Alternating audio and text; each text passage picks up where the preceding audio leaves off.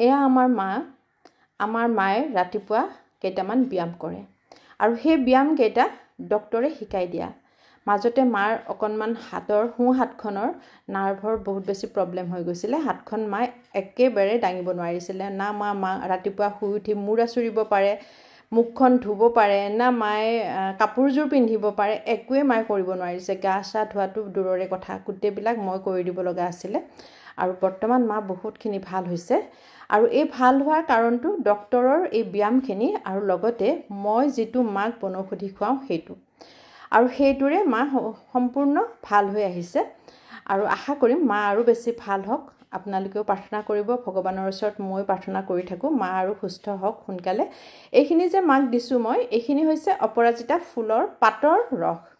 এই পাতৰ ৰসখিনিয়ে কিন্তু ফুলতকৈ বেছি সোনকালে কাম কৰে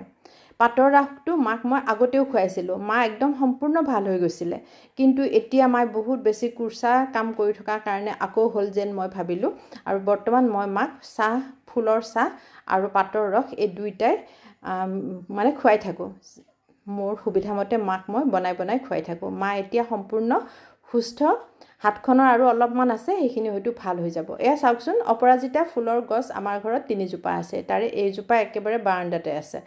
আৰু তাৰ পৰা মই এনেকৈ সৰু সৰু ডাল কেইটামান যিকিটাত মানে 5টাকৈ পাত থাকে ইয়াৰে 6টা ডাল মই ছিঙি লৈছোঁ এই 6টা ডাল মই ধুনীয়াকৈ ছিঙি লৈ ধুই পেলাই চাফা কৰি ল'ম আৰু তাৰ পিছত মই এনেকৈ ছিঙি ল'ম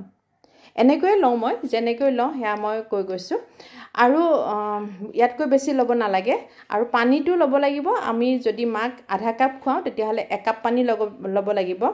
আৰু বহুতে সুধি আছিলে অপৰাজিতা চাহটোৰ লগত মই কিবা মিলাওঁ নেকি মই একো নিমিলাওঁ চাহৰ লগতো মই একো নিমিলাওঁ আৰু এই পাতৰ যিটো বনাম মই ইয়াতো মই একো নিমিলাওঁ একো মিলাব দৰকাৰ নাই কাৰণ মই মাক খুৱাই পাইছোঁ মাক মই ভাল কৰি পাইছোঁ সেইকাৰণে মই আপোনালোকক কৈছোঁ যে ইয়াত একো মিলাব নালাগে খালি বইল কৰোঁতে আপোনালোকে যিমানখিনি পানী দিয়ে তাৰে আধাখিনি হ'বলৈ দিব তেতিয়াহে ভালকৈ পাতৰ পৰা ৰসটো ওলাই যাব ফুলত অৱশ্যে অলপমান বেলেগ হয় ফুলৰ কালাৰটো আহিলে হৈ যায় আৰু কিন্তু একো মিলাব নালাগে আৰু এতিয়া চাওকচোন এইখিনি হৈয়ে গৈছে ধুনীয়া এটা ৰং আহিছে পাতল হালধীয়া আৰু এইখিনি যেতিয়া চেকনিৰে চেকি দিওঁতেও পাতকেইটাৰ পৰা কিন্তু